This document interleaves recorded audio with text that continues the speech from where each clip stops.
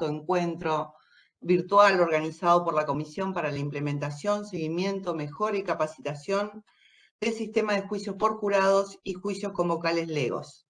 Tengo el agrado, invitada el día de la fecha, la doctora Carolina Crispiani.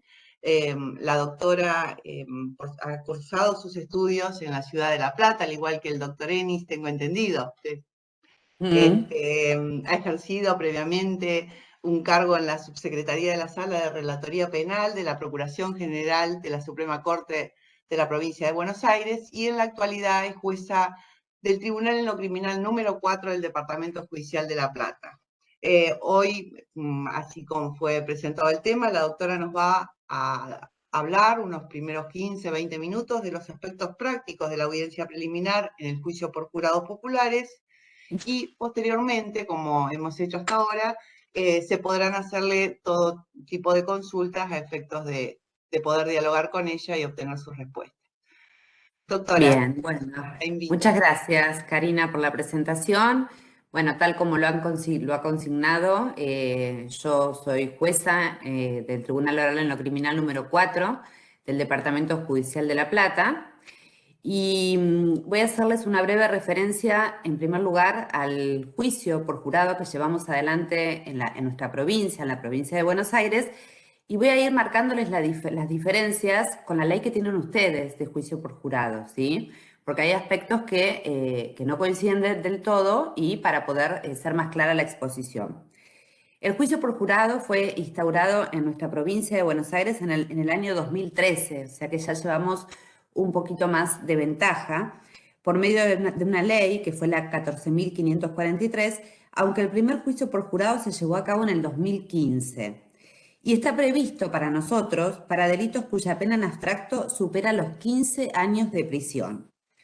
En la provincia de Chubut, por lo que tengo entendido, ustedes me corrigen cualquier cosa, es para delitos cuya pena en abstracto supere los 14 años de prisión. Esta ley provincial, sin embargo, en nuestra provincia no instituye un jurado obligatorio, sino que en nuestro caso es renunciable por el acusado. Buenos Aires es la única provincia que cuenta con esta posibilidad de la renuncia. Por su parte, la ley de jurados de Chubut establece la obligatoriedad y la imposibilidad de la renuncia, ¿sí? Nosotros contamos, al igual que ustedes, con un jurado de tipo clásico, donde el juicio adversarial es dirigido por un juez profesional ante 12 jurados del pueblo que deliberan y deciden el veredicto en soledad. Nuestra ley dice que podrá integrar un jurado cualquier argentino que entienda plenamente el idioma castellano, que haya nacido en el país o se haya naturalizado 5 años antes del hecho, que tenga entre 21 y 75 años de edad y que esté en pleno ejercicio de sus derechos ciudadanos y que tenga aptitud física y psíquica suficiente para el cargo.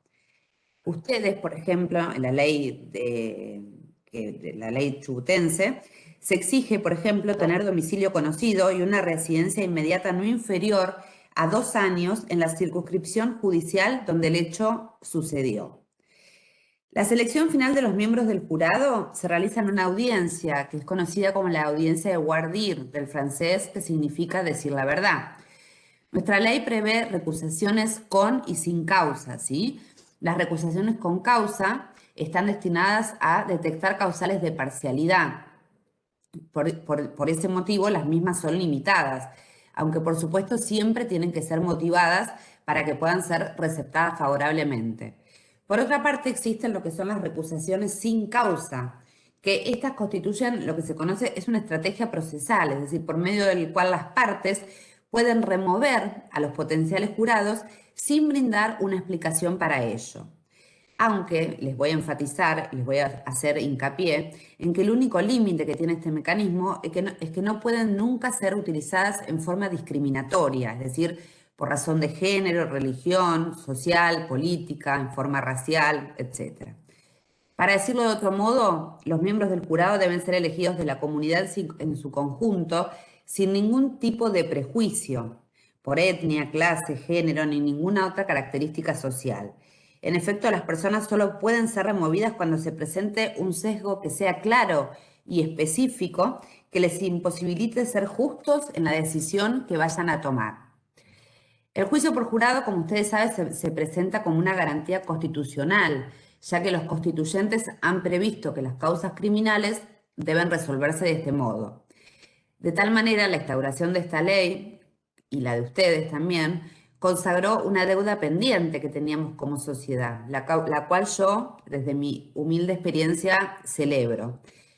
Las estadísticas, les voy a contar un poquito, expresan que antes de la pandemia se habían realizado en la provincia de Buenos Aires más de 400 juicios por jurados, con un porcentaje de 222 veredictos de culpabilidad y 107 de no culpabilidad, habiendo participado en ellos más de 5.000 ciudadanos. Los delitos más juzgados o por los cuales se utiliza esta vía, porque les repito, es renunciable, son los de homicidios seguidos por los de abuso sexual. Lo trascendente de los datos que les he divulgado es que dicha práctica judicial ha provocado que se modifique en los ciudadanos la percepción que tenían sobre la justicia. Todas las personas que han participado de estos juicios se han ido con otra mirada, y esto no es un dato menor en momentos en que la justicia está siendo tan cuestionada y en parte tan descreída por la sociedad. Como todos sabemos, el Poder Judicial, por lo menos en nuestra provincia, atraviesa una crisis de legitimidad compleja. Toda crisis de legitimidad es en parte una crisis de confianza. Muchos argentinos han perdido la confianza en el Poder Judicial. Por tal motivo, nuestro compromiso como operadores judiciales es revertir dicha situación. Entonces, la participación ciudadana en la justicia es un verdadero hito de transformación y un paso sustancial en la calidad institucional, porque no solo mejora nuestro sistema de administración de justicia, sino que mejora el funcionamiento del sistema democrático en su conjunto, porque ello implica poner al Poder Judicial bajo los mismos principios republicanos que nos gobiernan, ¿sí? Con la directa participación de la ciudadanía. Sostengo esto porque ser juzgado por jurados no solo es un derecho incuestionable para el acusado, sino también que es un derecho del pueblo a participar directamente en la aplicación de la ley y en el manejo de los asuntos y el gobierno del Poder Judicial. En este contexto es que entiendo que los operadores judiciales debemos estar a la altura de las circunstancias que el pueblo reclama y por eso debemos estar en constante formación y de esta forma poder prestar un mejor servicio de justicia. Entiendo que ese es nuestro desafío. Bien, dicho esto y como el tiempo de exposición será breve, voy a contarles sobre lo que hoy intentaré transmitirles.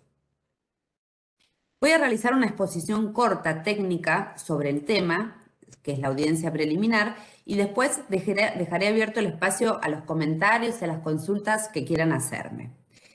El tema, como les adelantaba, que me convoca hoy a compartir con ustedes, es la audiencia preliminar en el juicio por jurado, a la que, como les dije, me voy a referir desde un punto de vista práctico, y dentro de este gran tema voy a hablarles sobre las estipulaciones probatorias, ¿sí?, y las cuestiones de admisibilidad y procedencia de la prueba testimonial. Dicho esto, lo que quiero transmitirles hoy y que conversemos es sobre la función del juez como pieza fundamental en los juicios por jurados a celebrarse y también sobre la actividad de las partes. Hay muy poco escrito sobre la temática que hoy abordaré, esto es la audiencia preliminar, siendo para mí uno de los ejes más importantes para poder lograr un juicio que sea eficaz, limpio y ágil. La instauración de esta audiencia preliminar, que es de carácter obligatoria, se presenta como un paradigma, ¿sí? Hasta el momento, los jueces, por lo menos en la provincia de Buenos Aires, nos enfrentábamos a audiencias preliminares en donde poco podíamos avanzar, siempre limitados por el temor de caer en el prejuzgamiento o en un adelantamiento de opinión. Tengan en cuenta que la ley chubutense expresamente dispone plazos para la realización de esta audiencia. Ustedes cuentan con plazos, a los 10 días de haber quedado firme la designación del juez, lo que no ocurre en la provincia de Buenos Aires, donde se celebra una vez que las partes ofrezcan la prueba. El objetivo principal de la audiencia preliminar es la preparación del juicio. Esta tarea consiste en que en primer lugar podamos establecer cuál es el eje de la controversia, ¿sí? Esto es fundamental. Y esto nos va a llevar a tratar la admisibilidad de la prueba, que es la que en definitiva es la que vamos a utilizar. Para decirlo de otro modo, es una etapa de descubrimiento de la evidencia, que hará que las partes conozcan los elementos que sus contradictores procesales pretenden hacer valer para el debate. En la misma deben regir los principios del proceso adversarial, ¿sí? La oralidad, la publicidad, la igualdad entre las partes, la contradicción, la inmediación y la concentración. En dichos términos, hay dos cuestiones centrales que debemos debatir en la audiencia preliminar. El eje central de la controversia, esto es, qué es lo que vamos a discutir en el juicio, ¿sí? Y la admisibilidad de la evidencia. Prefiero referirme al término evidencia y no a prueba, porque prueba prefiero dejarlo para la que se produce en el juicio.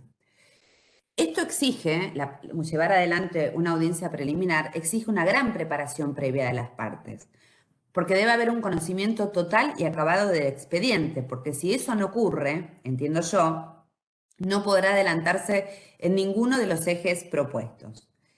Para el cumplimiento de dichos fines, quisiera referirme a algunas pautas que quiero transmitirles que considero que son muy necesarias. Todo sistema acusatorio de tipo adversarial reposa sobre la idea de centralidad del juicio oral, público, continuo y contradictorio. Ello implica que toda la actividad procesal deberá desarrollarse con miras a ese juicio, el cual debe ser limpio, esto es, desprovisto de información precaria y ágil, es decir, libre de actos innecesarios, para que podamos lograr un contradictorio de calidad. De esta forma, la función del juez será poder garantizar un juicio ágil y de calidad, desprovisto de improvisaciones, de actos innecesarios o de prueba sorpresiva, que le permita al jurado encontrar un veredicto justo. En segundo término, entiendo que la dinámica de la audiencia preliminar que se lleva a cabo bajo las reglas del contradictorio se debe regir por el principio de la buena fe de los litigantes, y esto es importantísimo, lo que implica que cada parte deberá aportar oralmente sus argumentos necesarios para sustentar su pretensión. Su contraparte será la encargada, solo si es necesario, de atacar la veracidad y o calidad de dichos argumentos, y en base a dicha información el juez debe resolver. En tal sentido, se debe exigir información necesaria, desde el punto de vista de los jueces, para poder resolver los puntos en litigio que se planteen, y se debe asegurar que todas las partes tengan la oportunidad de expresarse, aportando información y controlando lo de la contraria. Esto hace referencia al principio de bilateralidad. Ahora bien, el deber de los jueces, como directores del juicio por jurados, es tener un rol proactivo, es decir, ordenador, y al mismo tiempo cuidar la imparcialidad del jurado, procurando sobre todo la sustanciación de un juicio que sea expeditivo. En efecto, el juicio, es decir, la etapa central del proceso, no puede dar lugar a improvisaciones y debe estar adecuadamente preparado. Debe sustanciarse ante un jurado imparcial y el juez es garante de que ello ocurra. Para decirlo de otro modo, la validez del juicio entera es responsabilidad exclusiva del juez, el cual siempre debe manejarse con imparcialidad y, consiguientemente, debe velar por la calidad del juicio, teniendo como objetivo principal el descubrimiento de la verdad y el afianzamiento de la justicia. Ahora bien, ¿cómo sería en líneas generales la realización de una audiencia preliminar en un juicio por jurado? Vayamos a la práctica. En primer término, es necesario que las partes, lo primero que hay que preguntar, las partes tienen que presentar sus teorías del caso, ¿sí? Es lo primero que hay que exigirle a las partes. Las teorías del caso son las versiones de cada una de las partes de cómo sucedieron los hechos y de cómo debe aplicarse la ley, es decir, contienen un componente fáctico y un componente jurídico. Es muy importante que sean expresadas en lenguaje claro, sencillo y accesible, es decir, sin tecnicismos, no solo para poder ser luego presentadas al jurado y a los acusados, sino también para el público en general, y que si las partes lo consideran necesario, hagan también referencia a las acusaciones subsidiarias o alternativas, ya que en función de ello será evaluada la admisibilidad, pertenencia y necesidad de la prueba. Acá voy a hacer un paréntesis, porque las acusaciones alternativas en nuestro código de la provincia de Buenos Aires no están previstas como tal, como obligatoriedad de ser planteadas desde el comienzo, ¿sí? Dable destacar que en la ley de Chubut expresamente se dispone dicha inclusión como obligatoria de las acusaciones alternativas. Acá en la provincia de Buenos Aires esto está todavía en etapa recursiva, ¿sí? En un caso muy conocido, no resuelto aún por la Corte de Provincia, que es el precedente Álvarez y Telechea, ¿sí? En donde se discute si es obligatoriedad de las partes hacer acusaciones alternativas desde el comienzo, desde el momento en que plantean sus teorías del caso, sobre todo para garantizar el derecho de defensa, teniendo en cuenta también el principio de congruencia. Como derivación del principio de inocencia, y esto es muy importante, la defensa no tiene el deber de probar absolutamente nada. Ello implica que perfectamente puede limitarse a cuestionar la prueba que presenta la Fiscalía para impedir la destrucción del estado jurídico de inocencia del acusado, lo que se llama una defensa negativa o pasiva. En ese último caso, con solo tornarse esa historia verosímil, surgirá la necesidad de la Fiscalía de desacreditarla, y solo tendrá oportunidad de hacerlo conociendo en forma previa la historia de la defensa y la prueba en la que se sustentará. Algo que quiero transmitirles que me parece importante y debe quedar claro. El momento para debatir las cuestiones relativas al control de legalidad de la evidencia, su relevancia, la confiabilidad y el prejuicio indebido es la audiencia de esta etapa preparatoria. En efecto, no son ni podrán ser discusiones propias del juicio, donde la evidencia ya fue admitida y solo podrá ser cuestionada por razones de credibilidad. En esto me interesa hacer hincapié, porque hablamos de dos planos totalmente diferentes. Uno es la admisibilidad de la evidencia, que es propia de la etapa preparatoria, y otro es la capacidad persuasiva o de peso específico de la prueba para formar convicción, que es una cuestión que atañe al juicio. ¿Vamos bien hasta acá? ¿Estoy siendo clara? Perfecto. ¿Sí? Bien. Perfecto. Bueno, después vamos con las preguntas y sugerencias, pero quería, o me van poniendo por el chat si vamos bien, así veo si voy muy rápido y demás. Importante la devolución. Bueno, una vez entonces que las partes nos plantearon las teorías del caso, tenemos que pasar a pensar en las estipulaciones probatorias, que es la segunda parte de la audiencia preliminar. Vamos a conversar primero sobre lo que estas implican y luego les voy a pasar a contar una experiencia personal sobre las mismas, que les puede ser de utilidad. Primero, resaltarles que desde mi punto de vista es deber de todo juez colaborar con las partes para lograr detectar puntos de coincidencia entre las teorías del caso planteadas, porque esto es fundamental. Si algo no está controvertido, no es necesario probarlo. Ningún sentido tiene someter a decisión de un jurado popular hechos que son admitidos por las partes. Me refiero a hechos que se aceptan como probados y que no se discutirán en el juicio, esto es, que no se va a producir prueba sobre los mismos. En efecto, estas estipulaciones probatorias de las que les hablo constituyen prueba, es decir, son hechos que el jurado dará por absolutamente probados. Algo importante de destacar es que estos acuerdos no son sobre pruebas, sino que son sobre hechos, es decir, proposiciones fácticas que las partes tienen por acreditadas. ¿Cómo deben redactarse estas estipulaciones probatorias? Otra vez, de manera precisa, clara y sencilla, de cara al jurado y a la sociedad entera. Un punto importante para destacar es que la ley de jurados de ustedes dispone que estas también puedan surgir durante la sustanciación del debate, ¿sí? Que en el mismo debate se puedan plantear o puedan surgir estipulaciones probatorias y entiendo yo que ahí prescindir de escuchar ciertos testimonios. Relacionado con este punto y con los que trataré más adelante, voy a compartirles una experiencia personal porque de la experiencia ajena se aprende y mucho. He tenido la oportunidad de llevar adelante una audiencia preliminar de una causa muy compleja, cuyo juicio se llevará a cabo en mayo del año próximo. Por supuesto que no estoy aquí para referirme a cuestiones propias de aquel juicio, pero sí para contarles que cuando dispuse la celebración de la primera audiencia preliminar, tenía propuestos 350 testigos y se requería el plazo de 1 mes para la celebración del juicio. Dicha situación me llevó a hacerme muchas preguntas, es decir, ¿cómo era posible que pudiéramos solicitar a 18 ciudadanos, porque en nuestro caso tenemos que tener 12 jurados y 6 suplentes, que estuvieran dispuestos a participar cumpliendo con su deber en un juicio por jurados que duraría un mes en jornada doble, los cuales brindarían su tiempo para cumplir con el deber que la ley les impone. En tal sentido, quiero poner en conocimiento de ustedes que las últimas estadísticas dadas por el INESIP y por la Asociación de Jurados, de Juicios por Jurados de Argentina, ha indicado que el promedio de duración de juicios por jurados celebrados en la provincia de Buenos Aires es de 2 días y medio.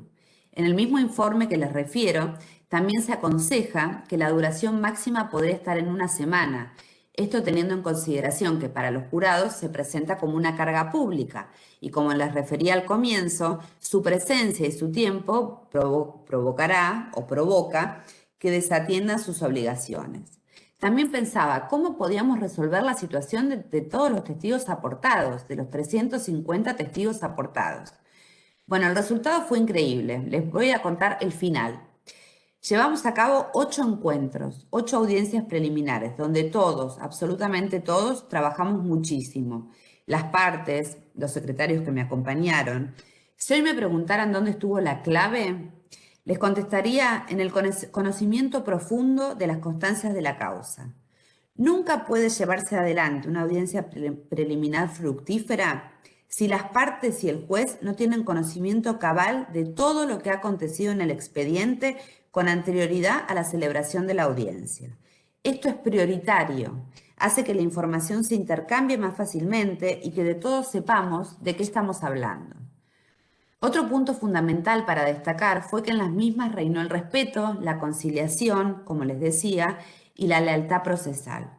En conclusión, vamos a celebrar un juicio por jurados que se llevará a cabo en el plazo de 8 días en jornada doble. Propusimos ese tiempo por si surge algún imprevisto, pero todos creemos que el tiempo será menor, creemos que en 5 días lo terminaremos, con 15 estipulaciones probatorias y 23 testigos. Realmente ha sido para mí una audiencia ejemplar con un resultado admirable. Volviendo a las estipulaciones, les cuento cómo hicimos para detectarlas y para lograrlas. Cada una de las partes releyó en detalle su teoría del caso y en función de lo leído se fue discutiendo la existencia de situaciones de hecho que no necesitaban ser probadas. Fuimos buscando puntos de contacto, coincidencias. En este aspecto, como yo les decía anteriormente, yo sostengo que la tarea del juez es fundamental, ya que su intervención debe ser proactiva, es decir, ordenadora, ya que es su función velar por lograr, como les decía antes, un juicio limpio, desprovisto de información precaria y ágil, es decir, libre de actos innecesarios, procurando la realización de un juicio rápido. La pregunta que se impone entonces es, ¿por qué son tan importantes las estipulaciones? Principalmente para que la prueba que le presentemos al jurado sea pura y exclusivamente referida a los puntos en controversia, en función de las teorías del caso aportadas por cada una de ellas. Al jurado hay que presentarle prueba de calidad, intentar disminuir el error al máximo para lograr un mejor juicio. Antes de finalizar el tema de las estipulaciones y pasar a la prueba testimonial, quisiera hacerles una reflexión adicional. Si bien es cierto que la celebración de una estipulación probatoria requiere acuerdo de partes, ello no puede nunca interpretarse de modo que alguna de ellas pueda oponerse infundadamente o por motivos arbitrarios a pactar las mismas. Por lo tanto, entiendo yo que es deber del juez también no permitir que ello suceda. ¿Bien? Dejando atrás el tema de las estipulaciones probatorias y como último tema de la exposición, voy a referirme brevemente a la prueba testimonial, ¿sí? A su admisibilidad y pertinencia en la audiencia preliminar. Comienzo por recordarles que la circunstancia de que no se exija que el jurado explicite las razones de su veredicto es precisamente lo que genera la necesidad de ser sumamente cuidadosos con la admisión de la evidencia y el desarrollo de esta, toda vez que no va a haber posibilidad de una corrección argumental posterior, sobre todo para la parte acusadora. La decisión que tome el jurado debe tener una relación de causalidad directa con la prueba que se admita, para que se pueda satisfacer la regla de comprobación que se exige de más allá de toda duda razonable. En tal sentido, hay 2 premisas fundamentales que están relacionadas con el test de relevancia de la evidencia. En primer lugar, tenemos que tener en cuenta el eje de la controversia, es decir, ¿qué es lo que vamos a controvertir? Esto teniendo en cuenta las teorías del caso que nos fueron aportadas. Y en segundo punto, como les refería antes, testigo que no será controvertido no es necesario. Para decirlo de otro modo, si no hay controversia sobre el contenido de una declaración testimonial, el mismo debe ingresar como estipulación probatoria. Por lo tanto, con lo que respecta a cada testigo aportado, cada parte debe fundamentar qué es lo que se quiere controvertir. Se deberá explicar por qué ha ofrecido su testimonio. ¿Qué quiere decir esto último? Que las partes deben fundar la pertinencia y la necesidad de los testigos que han aportado, lo que significa que deben demostrar que están vinculados con las teorías del caso que presentaron y además que se referirán a los hechos controvertidos. Y el juez resolverá teniendo en cuenta la licitud de cada una de las pruebas, es decir, les recuerdo que solo puede ofrecerse prueba obtenida legalmente. Por su parte, la pretensión de la ilicitud de la prueba debe ser fundamentada en la afectación de garantías constitucionales, como todos sabemos, en particular del derecho al debido proceso. También el juez debe tener en cuenta la pertinencia. En efecto, nuestro digesto procesal permite rechazar la prueba que aparezca como impertinente, es decir, aquella que no se refiere a hechos alegados por las partes, o superabundante, cuando es repetitiva o cuando es superflua, es decir, aquello que sobra o es innecesario. De tal forma, la prueba debe ser pertinente y útil. Para que el medio probatorio sea admitido, se debe referir directa o indirectamente al hecho punible sometido a averiguación o al objeto de la investigación, y debe resultar útil para el descubrimiento de la verdad. Asimismo, se debe tener en cuenta la necesidad de la prueba ofrecida, es decir, prueba que resulte pertinente, pero debe analizarse también si la cantidad de prueba que se ofrece no supera la necesidad. Por ejemplo, varios testigos para probar una misma circunstancia de hecho. Por último, debe tenerse especialmente en cuenta que las pruebas ofrecidas no generen en el jurado un prejuicio mayor al valor probatorio que pudieran tener. Y acá me voy a detener para explicarles un poquito lo que yo interpreto sobre este punto. En el proyecto de ley de nuestro Código Procesal, en la provincia de Buenos Aires, se dispuso expresamente que el juez debía ponderar, además de si la prueba ofrecida podía llevar a confusión o engaño, o si su valor probatorio se veía claramente superado por el riesgo de producir un prejuicio o un impacto emocional indebido en los miembros del jurado. Esto es lo que la doctrina y la jurisprudencia llaman prueba inflamatoria, es decir, la evidencia presentada podrá ser declarada inadmisible cuando el juez advierta que su valor probatorio queda sustancialmente superado por cualquiera de los factores que les voy a detallar. Riesgo de causar un prejuicio indebido, riesgo de causar confusión, riesgo de causar desorientación al jurado, dilación indebida del procedimiento o presentación innecesaria de prueba acumulativa. Tengan en cuenta que en la ley de Chubut, en lo que a la prueba testimonial respecta, se prohíbe expresamente los testimonios de oídas, excepto que se puedan confrontar con un testigo directo, ¿sí? En nuestra ley eso no está previsto, son decisiones que va tomando el juez en la audiencia preliminar. Y además, otro acierto, en la ley de ustedes se prohíbe incorporar los antecedentes del imputado como prueba, situación que también así fue resuelta en nuestra provincia de Buenos Aires, pero por un fallo del Tribunal de Casación, en el caso Mazón, ¿sí? Bien, ¿cuál es el primer contacto que tiene el jurado con el juez en el juicio? Los jurados tienen que saber cómo es el proceso. El juez debe explicarles qué es lo que pueden y lo que no pueden hacer. Y aquí ya ingresamos al terreno de las instrucciones, lo que seguramente quedará para otra charla por la amplitud de su contenido, pero solo contarles que las mismas se estructuran en 7 puntos, es decir, qué es lo que el juez debe explicarles, cuál es la función que tienen, qué es prueba y qué no es prueba, cómo se valora la prueba, cuáles son las garantías constitucionales, cuál es el derecho sustantivo aplicable, la importancia de que el jurado no se deje influenciar y las reglas para la deliberación. No voy a hablar de las mayorías en nuestra provincia porque desconozco cómo es el sistema de mayorías en la ley chubutense y tengo miedo de llevarlos a confusión.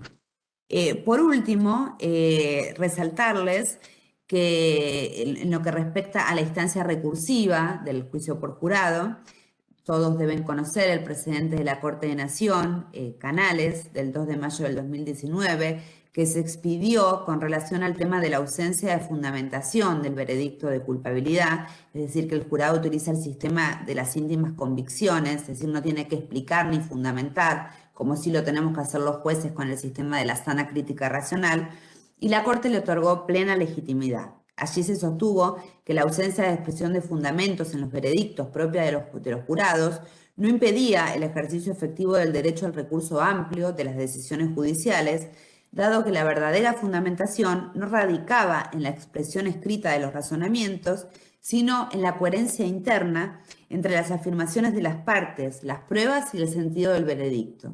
Fíjense entonces qué importante es partir de una buena audiencia preliminar bien preparada para la preparación del juicio, con lo que en definitiva se vaya a debatir en el juicio y lo que vayan a resolver los jurados.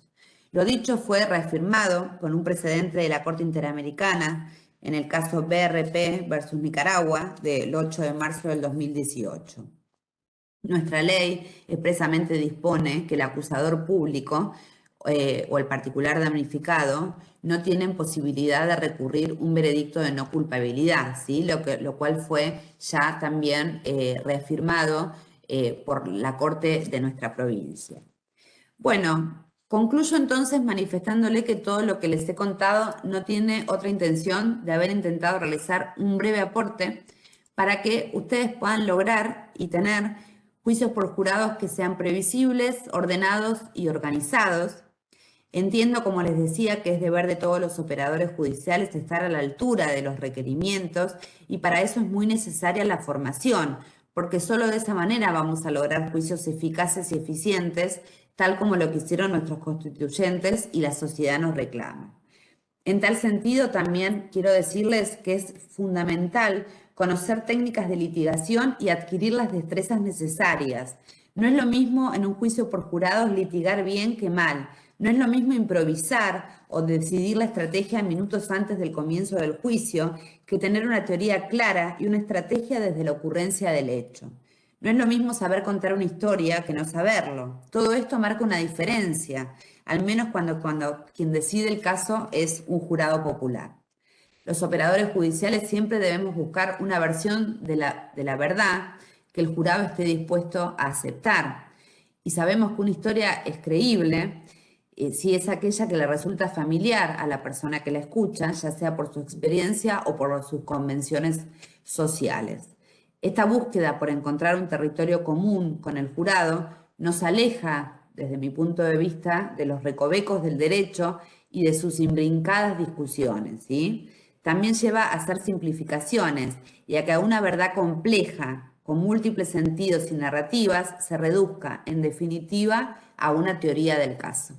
Bueno, muchas gracias por su tiempo, por escucharme y dejo abierto al intercambio. Ay, me extendí un poco, perdón. Espero No, que les perfecto, haya sido perfecto, útil Carolina, perfecto, muy, y a muy clara disposición. ha sido.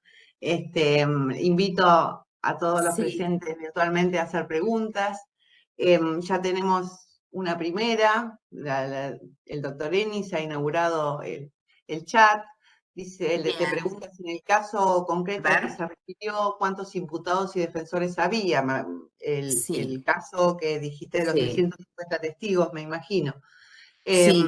Si había Voy- querellante, cómo se maneja la cuestión de las convenciones probatorias o estipulaciones, si fueron varios imputados y acusadores. Bien, voy con esa respuesta primero.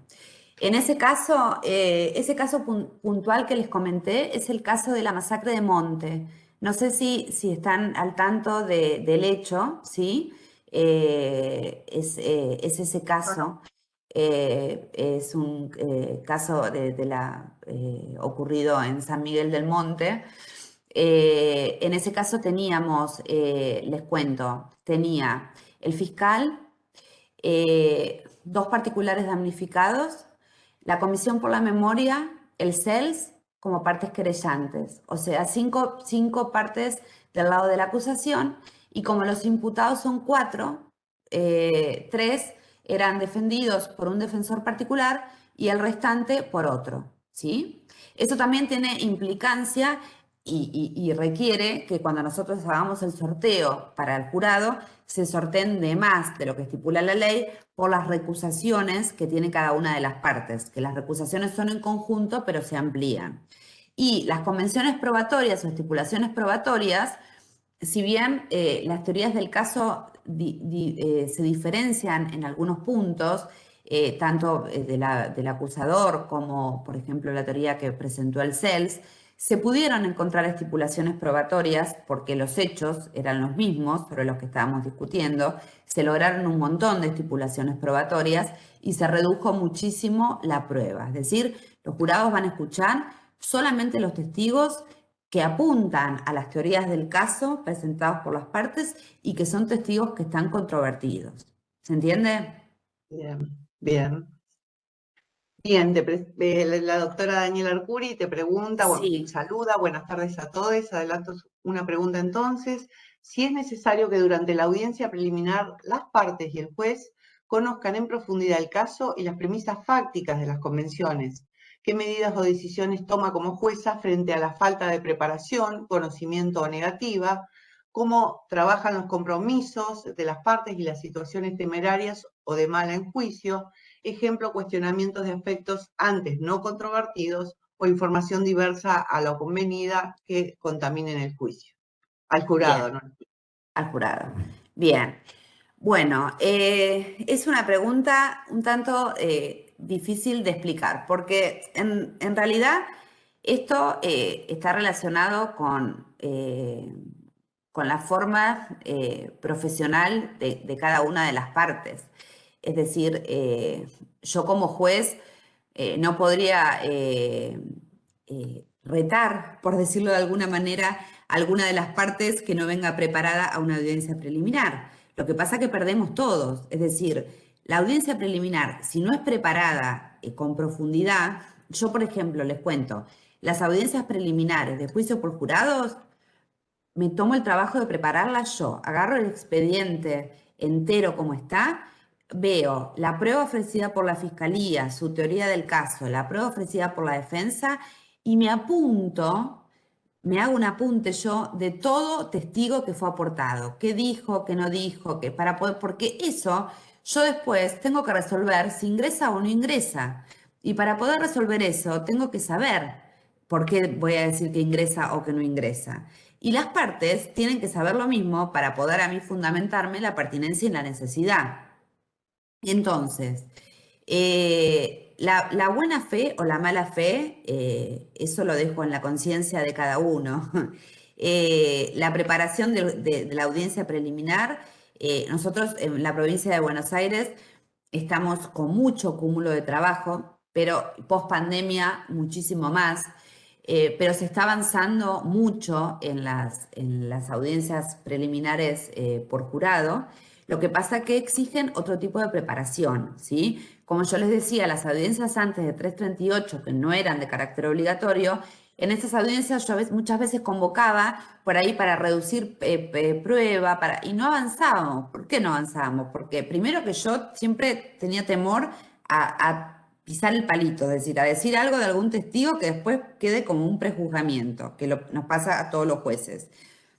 Y en segundo lugar, porque las partes no tenían el tiempo de tomarse, de analizar cada testigo punto por punto, porque íbamos a un juicio oral formado por jueces técnicos. Pero acá las cosas cambiaron, las reglas del juego cambiaron, ¿sí? Yo cuando me siento y empiezo una audiencia preliminar, le digo a la fiscalía, cuénteme su teoría del caso, le digo a la defensa, cuénteme su teoría del caso y empezamos con testigo 1, dígame por qué lo propuso, testigo 2, dígame por qué lo propuso, y si están de acuerdo, lo estipulamos. Si no hay controversia, lo estipulamos. Ingresa como estipulación, ¿sí? Tratar de limpiar la prueba, ¿sí? Que el jurado escuche solamente lo que está controvertido. Lo que no está controvertido ingresa como estipulación probatoria. Obviamente que me ha pasado en muchas oportunidades que no he podido avanzar en audiencias preliminares por falta de preparación, ¿sí? Es una realidad también que existe. Las defensorías y las fiscalías están bastante colapsadas y hay veces en las que realmente no se puede avanzar como uno quisiera. Pero bueno, se intenta, se vuelve a poner a la otra semana, se apura, no se deja, se avanza. Y así estamos, y así vamos. Perfecto. Pregunta la doctora Fernanda Rebori, cuando la defensa plantea una teoría del caso negativa, ¿cómo hacer para lograr estipulaciones probatorias? Bien, la defensa del caso negativa es cuando la defensa dice, yo voy a sostener que mi defendido es inocente, ¿sí? Bien, en ese caso, igualmente se pueden lograr estipulaciones probatorias, porque esa ya es una teoría del caso de la defensa, ¿sí? Estipulaciones probatorias pueden ser, miren, por ejemplo, para bajárselos un poquito más a la práctica, acta de procedimiento, 5 policías ofrecidos como testigos que intervinieron en el acta de procedimiento. Podemos ponernos de acuerdo que el día tal, a tal hora, ocurrió esta situación en donde su defendido estaba presente en tal lugar. Entonces la defensa puede decir, sí, yo no voy a discutir que estuvo presente en ese lugar, pero que no fue el autor del hecho. Bien, en el tal día, en tal lugar, la persona tal se encontraba en ese lugar. Listo, sacamos a 5 testigos. ¿Para qué? No tiene sentido que venga 5 policías a explicarle al jurado cómo realizaron un acta de procedimiento si la defensa no lo va a controvertir. ¿Sí? Ahora, si la defensa va a controvertir que su asistido estaba en ese lugar, bueno, yo le podré decir a la fiscalía, bueno, está bien, de esos 5 testigos, tome un policía para que venga a refrendar el acta de procedimiento y le cuente al jurado qué es lo que hizo, qué es el procedimiento que se siguió. ¿Se entiende? Bien, bien. La doctora Mónica García saluda y pregunta, ¿qué debe hacer el juez cuando las partes proponen testigos que declararán sobre lo mismo? Es medio lo que hablabas recién, pero no Sí. quieren elegir entre ellos uno o ¿Pero no dos. tienen? No te escuché, Karina. ¿No tienen? Que no quieren elegir entre ellos uno o dos en la preliminar. Bueno, esta es una cuestión también de buena fe procesal y de que la parte de estrategias de litigación también relacionado. Porque si yo le voy a presentar como testigo, como fiscalía al jurado 3 testigos que van a ir a contarle los mismos, lo que voy a generar en el testigo es cansancio, que no presten la debida atención, que se dispersen. Entonces, es hasta incluso una estrategia de litigación. Es preferible que venga un testigo, y eso es una decisión que puede tomar el juez directamente en su rol preordenador, puede decir, esta prueba es superabundante. Es decir, si 2 testigos van a venir a decir lo mismo, bueno, que el testigo escuche uno. Elijan ustedes, así se hizo en Monte también, elijan ustedes cuál de ellos les parece que está en mejores condiciones para sus teorías del caso para poder contarles al jurado lo que vio, ¿sí? Pero no voy a permitir que 2 testigos vengan a contar lo mismo. Bien. La doctora Claudia Ibáñez pregunta si la defensa plantea una teoría negativa, ¿cómo hacer para determinar relevancia y si la prueba es abundante? Bien, lo mismo. Si la defensa plantea teoría negativa, igualmente va a tener que hacer un ofrecimiento de prueba en función de la prueba aportada por la fiscalía, ¿sí? Por más de que tenga una defensa negativa o que presente una defensa negativa, es de buena fe procesal y para poder tener un contradictorio de calidad que ofrezca, si es que lo requiere, los testimonios de su parte, que esos también van a ser, va a tratar vamos a hablar de la admisibilidad y la pertinencia de los testimonios aportados por la defensa, ¿sí? O sea, que la defensa sea negativa es como en los juicios técnicos. Ustedes vieron que en los juicios técnicos a veces los abogados dicen, no voy a discutir la materialidad, pero sí la participación. Entonces, en función de eso, hay veces que no aportan testigos, sino que solamente la función es destruir los testigos aportados por la fiscalía. Puede ocurrir también. Bien. Hay una pregunta de Ariel. Ariel trabaja en la OFIJUD, en la Oficina Judicial Penal de Sarmiento. no sé si corresponde hacértela, pero por ahí tenés alguna situación que puedas contarnos relativo a esto. Ariel dice que quedó una duda en el grupo de trabajo en cuanto a la cantidad de jurados, que serían 6 varones y 6 mujeres en la ley chubutense. ¿Qué pasa si el que está sorteado como jurado en su DNI es X, que identifica no binario? No sé si has tenido algún... No me pasó, pero tenemos la ley de identidad de género nosotros, ¿sí? Entonces hay que regirnos por esa ley, ¿sí? Hay que cumplir y hay que contemplarlo con cómo se autopercibe, Percepción, ¿sí? claro, claro. Tal cual. Si se En percibe nuestra- hombre, si se ingresará percibe al hombre, 6. te quedará tal cual, tal cual. Esa es Perfecto. una ley nacional que es para todos. No me ha pasado. Nosotros en la provincia, nosotros también tenemos 6 hombres, 6 mujeres, y en los suplentes también tienen que ser 3 hombres y 3 mujeres. Pero repito, es como se autoperciba, independientemente de lo que dice su DNI, ¿sí? Porque eso es un derecho constitucional y convencional. Perfecto. Otra más de Ariel, dice más relacionada con la temática, entendimos que la evidencia material como una denuncia no es prueba hasta que tenemos la testimonial, o sea, quien realizó la misma, y si no escuché mal, si no está controvertida no es necesario el testimonio. ¿Podría aclarar esto? A ver, una denuncia no es prueba, es una evidencia. Para que la denuncia se convierta en prueba, tiene que declarar en el juicio el testigo que la realizó, Escribió ¿sí? Bien, si no hay controversia sobre el hecho denunciado, cosa que nunca me ha pasado porque sobre el hecho denunciado siempre hay controversia, ingresaría como estipulación probatoria, ¿sí? Pero todo, por eso yo les diferenciaba entre evidencia y prueba. Es decir, todas las constancias de la instrucción, de la IPP, como le decimos acá, eso es evidencia. El juicio es oral y público, o sea, la prueba se celebra en el juicio, frente al jurado. Entonces, si la denuncia no está controvertida, entrará como estipulación probatoria y la persona no tendrá que declarar. Ahora, si la denuncia es controvertida, escucharemos al denunciante o víctima en el juicio porque será un testigo principal del hecho. Perfecto. Juan Manuel Zapata pregunta, afirma, el problema es cuando la defensa no cuestione los testigos. La pregunta es, ¿el juez tiene potestad de manifestar la abundancia de testigos? Sí, por supuesto que sí. Sí, sí, sí. El juez, por lo menos en nuestra ley, con respecto a lo que es la necesidad, como les explicaba, y la abundancia, puede definitivamente decidir o definir qué cantidad de testigos para probar un mismo hecho. Porque esto hace a que tengamos un juicio ágil y expeditivo, como les decía anteriormente. En todo caso, en todo lo que es la audiencia preliminar, las partes, si no están de acuerdo con lo que resuelve el juez, pueden hacer protesta, de recurrir, dejar asentada la protesta, si consideran que ellos querían que el jurado escuche a 6 personas y el juez decide que con 2 es suficiente. En este caso, en la provincia de Buenos Aires se hace la protesta de recurrir al Tribunal de Casación. Perfecto.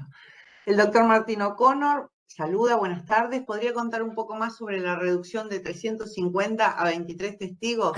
¿Podría contarnos algunos ejemplos de Sí, estipulaciones probatorias que se hicieron que permitieron eliminar varios de esos testigos? sí. Bueno, lo que hicimos, por eso hicimos 8 jornadas de 5 horas cada uno, en donde cada uno de esos testigos se evaluó y se charló. Entonces, por ejemplo, se los cuento bien en la práctica como para que Sí, ustedes lo sí, sí, entiendan por más fácil. favor. Yo Sí, me había hecho un resumen de toda la causa. Había tipeado los 350 testigos, qué era lo que habían dicho y qué era lo que habían aportado. Entonces empezamos. Testigo 1. Yo ya sabía lo que había dicho el testigo 1. Entonces, a la fiscalía, ¿por qué lo ofreció? Lo ofrecí por tal y tal, porque va a probar tal y tal circunstancia. A la defensa, ¿usted está de acuerdo con tal circunstancia? Sí, yo esa circunstancia no la voy a controvertir. Listo, armemos una estipulación probatoria. Que tal día, tal hora ocurrió tal situación. Testigo desistido. ¿Sí? Así, y fuimos uno por uno con los 350 testigos. Superabundantes, había un montón. Policías para probar una misma situación. 40 policías para probar una misma situación, 40 médicos, por ejemplo, con las causales de muerte. Esto es muy importante. ¿Estamos de acuerdo en que la causal de muerte fue esta, de los jóvenes involucrados en el hecho? ¿Estamos de acuerdo que la causal de muerte fue esta? Sí, estamos de acuerdo. Entonces, no vienen los peritos a explicar, no viene el médico autopsiante, no viene nadie. ¿Estamos de acuerdo que murieron a causa de esto, de producto? Como por ahí no tienen conocimiento de la causa, fue un impacto contra otro auto lo que provocó el deceso y la muerte. Pero eso no estaba en discusión. Entonces, ¿estamos de acuerdo que fue producto del impacto? Estamos de acuerdo. Entonces, todos los testigos que vieron el impacto no tienen por qué venir. Ahora, por ejemplo, se solicita que se muestre, les voy a hacer dos comentarios. Se solicita la declaración de una de las madres de la víctima. Esto en otra audiencia preliminar que me pasó, no en esa. Yo les hablé de la prueba que se considera como inflamatoria o que genera prejuicio. Entonces, ¿para qué va a venir a probar la madre de una víctima? Es decir, guarda con eso, con esa prueba inflamatoria, porque eso también es deber del juez controlar.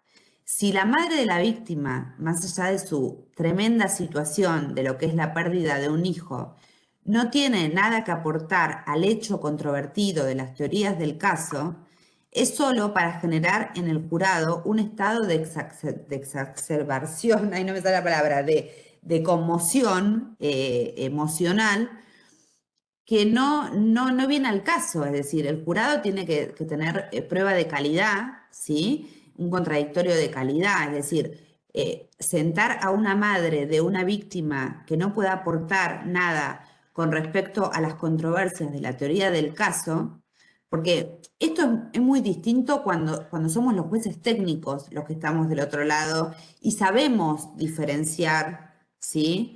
Lo que podemos sacar del testimonio de la madre de una víctima que ha perdido su hijo, y todos sabemos lo tremendo que es una situación así, pero podemos despegarlo y tomar lo que esa persona nos puede aportar como prueba que a nosotros nos puede valer. Este mecanismo, el jurado no está en condiciones de hacerlo. Es decir, si le sentamos a la madre de una víctima, lo mismo pasa con las fotos de autopsia. ¿Para qué? Si nosotros estamos de acuerdo que la muerte se produjo de tal manera, ¿para qué vamos a exhibir las fotos de autopsia? ¿Para qué? ¿Para generar qué? No tiene sentido, ¿sí? Si ellos saben que es prueba inflamatoria. Pero por eso es muy importante la preparación previa del juez y de las partes y de la buena fe procesal también, ¿no? Porque obviamente, imagínense, en audiencias de Guardir, me ha pasado también de selección de jurado, que mucha gente ha presentado certificados, porque tampoco es fácil la materia que nosotros trabajamos, el derecho penal en sí, no es para cualquiera. Y ustedes fíjense que cualquiera llamado a cumplir una obligación civil para juzgar hechos tan graves como son lo que ocurren para jurados en la provincia de Buenos Aires, y también ustedes, pues pena mayor a 14 años, y muchos han presentado certificados de ansiedad, de ataques de pánico, de que no están en condiciones de poder sentarse ahí adelante para escuchar. Imagínense entonces si les mostramos prueba inflamatoria. O sea, no tiene ningún sentido y no es de buena fe procesal. ¿Se entiende? Perfecto, Carolina. Vos recién, no sé si entendí mal, hablabas de que te llevó 8 audiencias preliminares. Sí, sí, ¿Estas de fueron 5 horas. continuas de trabajo o diste tiempo entre audiencia y audiencia? Dimos tiempo entre audiencia y audiencia para que las partes puedan ir preparando y vamos Adecuarlo. dejando, íbamos dejando 2 días en el medio, como para que las partes puedan charlar entre ellas, sobre todo el bloque acusador que tenía muchas partes, para generar espacios de contacto entre ellas, para que se junten, para que se reúnan, para lograr estipulaciones probatorias. Y bueno, y así lo fuimos consiguiendo. No tiene sentido hacerlas tan seguido, porque hay veces que quedan cosas que hay que resolver y hay veces que se necesita un tiempo de las partes para pensar. ¿Sí? Perfecto. El doctor Fabio Monti pregunta si en Provincia de Buenos Aires las partes tienen obligación de presentar las entrevistas de testigos videofilmadas en la preliminar. No. No hay obligación. No, se ofrece solamente como prueba. Por ejemplo, te estarás refiriendo a una cámara Gesell, entiendo yo, como un anticipo extraordinario de prueba. No sé si el doctor Monti se refiere a eso, me parece que tiene que ver con que acá el Ministerio Público Sí. Fiscal toma la entrevista al testigo, una entrevista no jurada, Ah, y al momento de acusar, además del nombre del sí. testigo, puede presentar la entrevista videofilmada por si en el momento del debate surge alguna contradicción, por ejemplo. Ah, bueno, eh, acá eso y se hace bueno, con las actas de la causa. Es decir, acá no se hacen esas videofilmaciones. Por ejemplo, otro punto importante a resaltar que en el juicio por jurado no existe el expediente. O sea, el jurado no tiene que manejar el expediente. Lo único que puede surgir es que, por ejemplo, haya una contradicción insalvable o producto del paso del tiempo, que el testigo no recuerde o que esté diciendo otra cosa a lo que declaró, entonces se puede confrontar con su declaración en el juicio. Eso lo piden las partes, lo resuelve el juez. Eso está previsto en el código, como en los juicios comunes también se hace, y se le explica al jurado, miren, en este momento le vamos a leer lo que este tramo de la declaración que el testigo dijo en aquella oportunidad, para que él nos explique cuál es la versión que vale, si la que está contando ahora o la que dijo en aquella oportunidad. Pero no se videofilman esas testimoniales acá. está bien, acá en la provincia sí. Claro, claro. El doctor Gustavo Castro te pregunta si podés explicar en la práctica el ingreso de la prueba documental en la preliminar o en su caso en el juicio. Sí, sí, ese es un tema recontra importante, el ingreso de la prueba documental, porque en realidad, como yo les decía, en el juicio por jurado no existe el expediente, ¿sí? Pero sí puede haber ingreso de prueba testimonial. Ahora, la prueba testimonial tiene que cumplir con requisitos de legitimidad, es decir, tiene que ser una prueba auténtica, tiene que estar previamente verificada su autenticación, ¿sí? Porque nosotros no podemos presentarle al jurado prueba precaria, ¿sí? Por ejemplo, en un jurado que tuve se mostraron informes de cámaras de seguridad, se proyectaron cámaras de seguridad de tramos del hecho como prueba documental.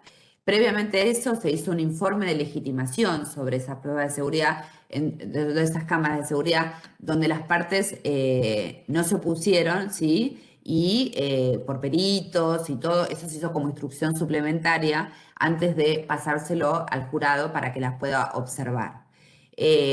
Lo mismo pasa bueno, con videos, con muestras de mensajes de texto. Es decir, tiene que pasar un proceso previo de autenticación y de legitimidad para poder ser mostradas y ofrecidas al jurado como prueba, la prueba documental. Bien. La doctora Fernanda Rebori te pregunta, Carolina, el juez les aclara de antemano a las partes que el momento para discutir legalidad, admisibilidad y pertinencia de la prueba es ese y que no podrán volverlo a plantear en el juicio. ¿Se sanciona al abogado que a pesar de ello vuelve a hacerlo ante el jurado?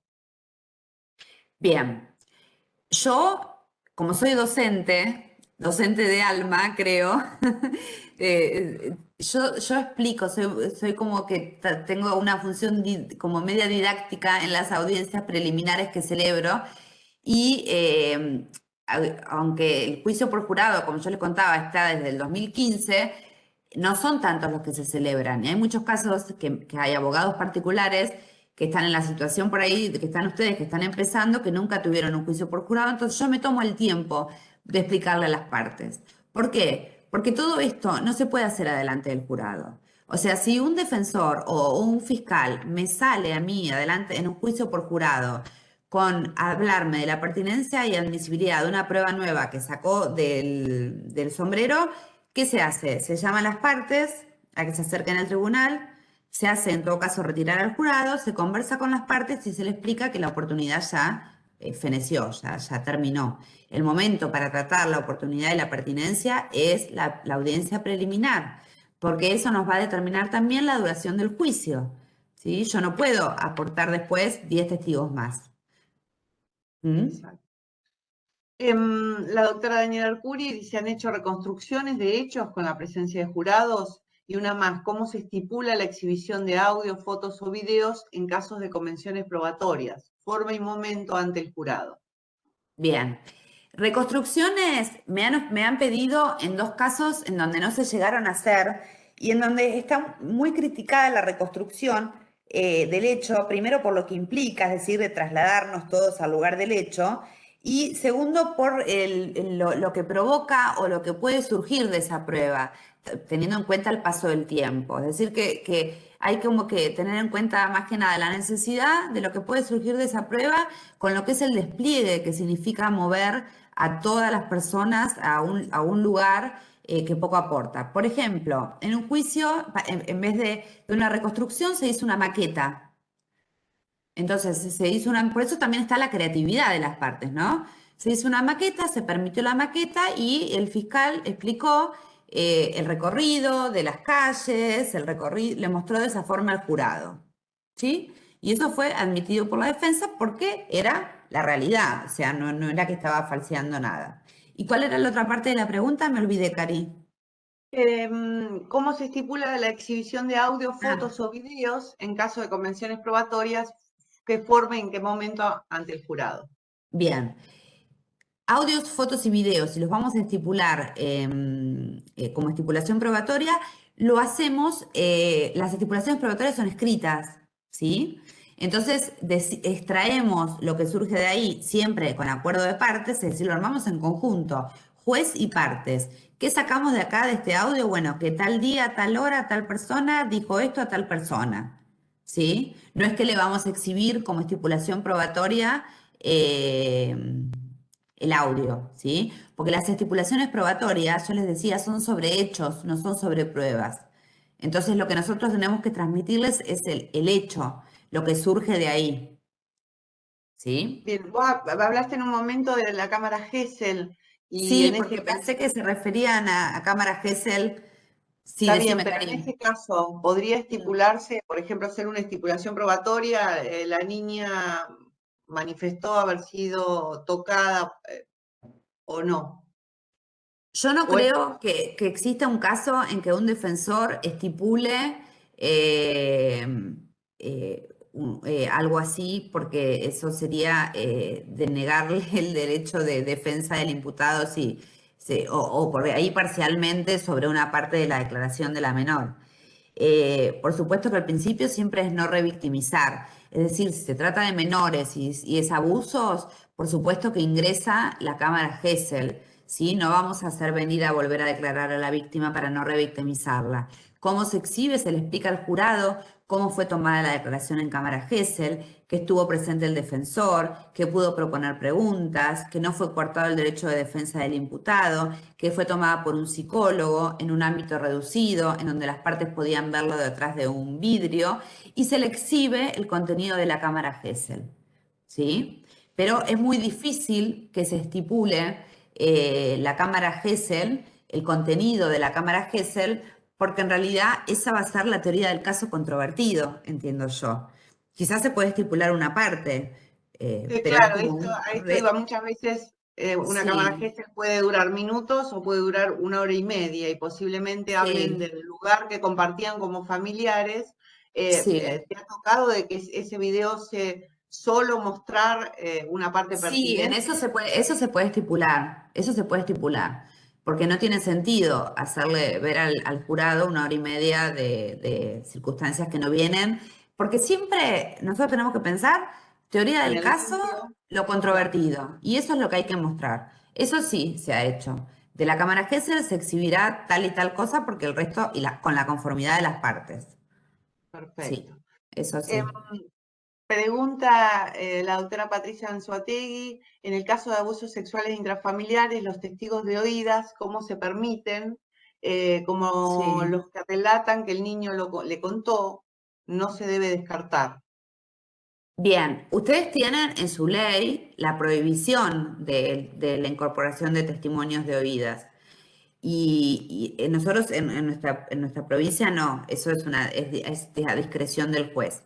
Pero en los abusos intrafamiliares, más allá del deber de abstención que tienen las personas por ser familiares de declarar en contra del imputado, recuerden que siempre que fuera por un familiar más próximo, cae ese deber de abstención, ¿sí? Y en ese caso puede ser tomado como testigo yo no diría como testigo de oída, sino como testigo indirecto, ¿sí? Porque es la primera persona o una de las personas a quien la víctima menor de edad le manifestó el hecho, entonces lo tomaría como un testigo indirecto que hace a la credibilidad y verosimilitud del testimonio del menor. Bien. Bueno, después el doctor Monte aclaraba que se refería a estas entrevistas de la etapa preparatoria Ah, que indiqué que era el fiscal. Por lo sí. pronto no veo más preguntas. Quiero hacerte referencia si en definitiva los recursos que tenga cada parte atrás de la preparación del juicio pueden llegar a ser importantes. No sé hasta qué nivel de preparación en cuanto vos hablaste recién de una maqueta, hoy sabemos que habría un montón de cosas para mostrarle Un al montón. jurado, un Sí, montón. ¿Se nota sí. esta diferencia? ¿Existe entre un Ministerio Público Fiscal que puede tener más recursos y un defensor público? Y la realidad es que yo creo que no está tanto en la existencia de recursos, sino en la existencia de la preparación, en las técnicas en el conocimiento de las técnicas de litigación y en la imaginación y creatividad. Como yo les decía, contar una historia, o sea, yo tengo que pararme, yo ahora no hablo desde mi rol de juez, ¿no? Sino si fuera un rol de parte. No es lo mismo contar un caso a un tribunal técnico que contarle al jurado. Entonces yo tengo que pensar la forma de llevar mi teoría del caso, lo que voy a controvertir, y nosotros tenemos, la prueba es libre, o sea, las posibilidades de medios de prueba son libres.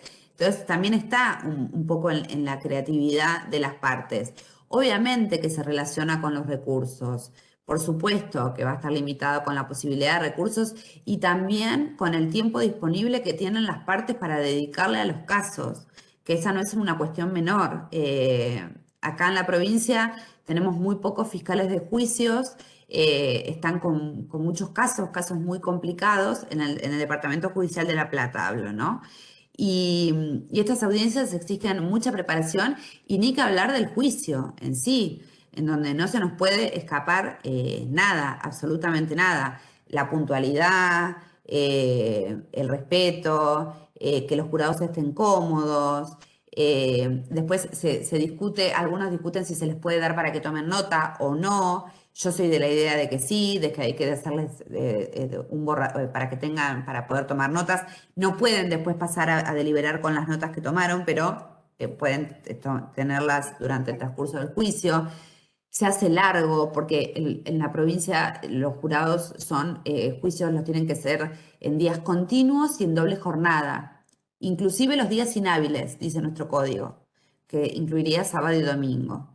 Entonces se hace una carga, los jurados, la verdad que por eso hay que reducir al máximo el tiempo, porque se llega un momento que se fastidia, no sé cómo explicarlo, es como que se De aquí saturan, la ¿no? importancia de la preliminar, ¿no? Y de la limpieza y Por de la eso, agilidad. Por eso, mostrarles solamente lo que se va a controvertir, las teorías del caso y que ellos escuchan y en función de eso resuelvan. Tal cual. Perfecto. Bien, no tenemos, por lo menos en el chat, no tenemos más preguntas. No sé si alguien que tenga habilitado el micrófono quiere hacer alguna.